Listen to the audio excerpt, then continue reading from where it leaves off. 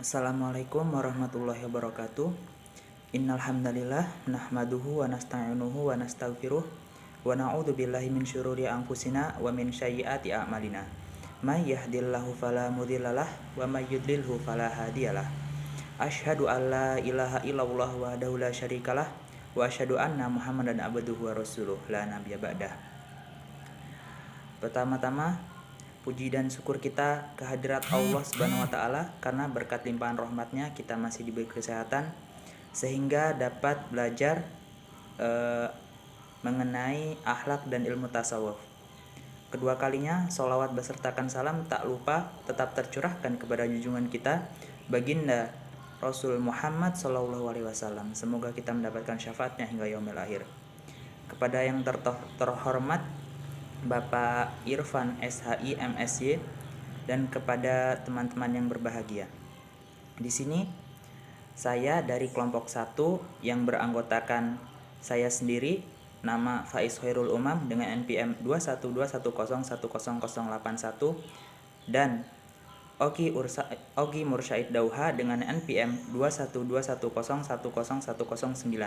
Di sini kami akan menyampaikan video penjelasan mengenai asal-usul manusia diciptakan dan tujuan manusia diciptakan.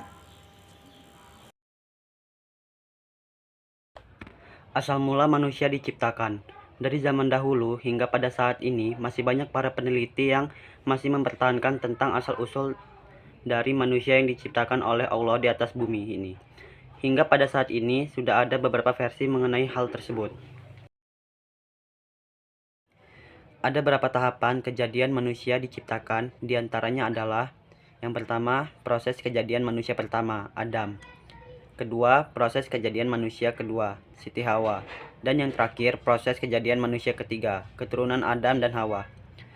Dari penyajian di atas dapat disimpulkan bahwa asal-usul manusia menurut Al-Quran adalah manusia itu berasal dari saripati tanah yang berasal dari lumpur hitam, dan setelah itu dibentuk. Dan dalam penciptaannya terdapat 3 proses bagaimana manusia di muka bumi ini, dan semua itu sudah dijelaskan dalam. Dan sekarang saya akan mencoba menjelaskan asal-usul manusia menurut Al-Quran.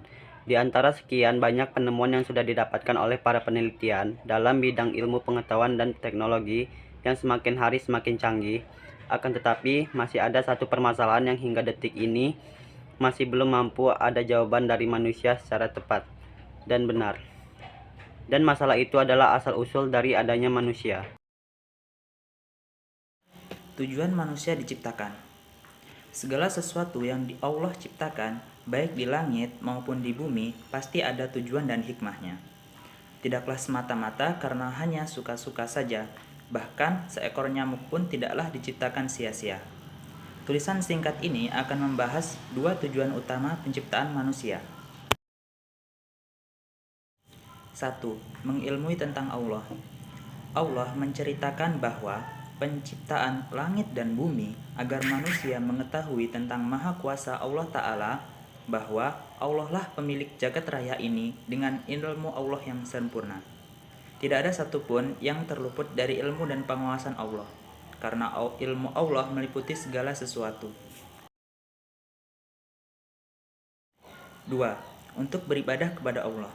Allah Subhanahu wa taala berfirman, "Wa ma khalaqtul jinna wal insa illa liya'budun."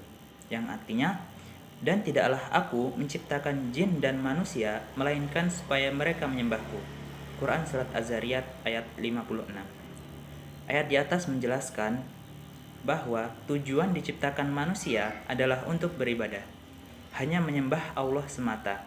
Ayat ini mengisyaratkan pentingnya tauhid, karena tauhid adalah bentuk ibadah yang paling agung, mengesahkan Allah dalam ibadah.